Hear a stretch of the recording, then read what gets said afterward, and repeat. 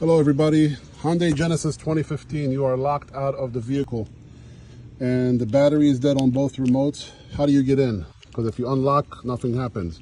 You simply slide out the emergency key from your key. Oops.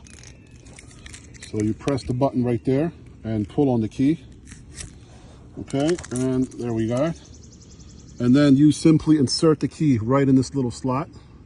Okay, you push that button up and then this cover comes off. It's hard to do it while holding the camera.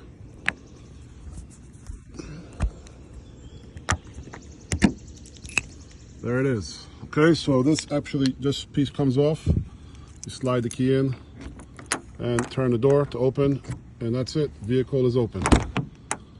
Alrighty, so always remember, there's an emergency key in these smart keys. Simply slide it out, pop off the plastic cover carefully. When you're done, it just snaps back into place as such, and that's it. Thanks for watching, guys. 2015 Hyundai Genesis.